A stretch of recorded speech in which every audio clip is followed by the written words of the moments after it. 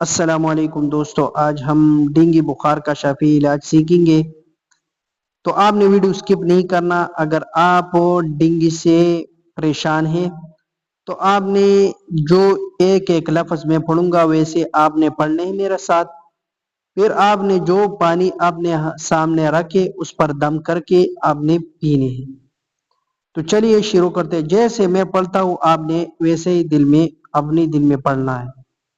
لی خمسة أطفي بها حر الوباء الحاطمة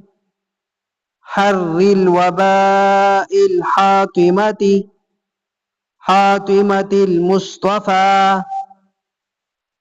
والمرتضى وابناهما والفاطمة۔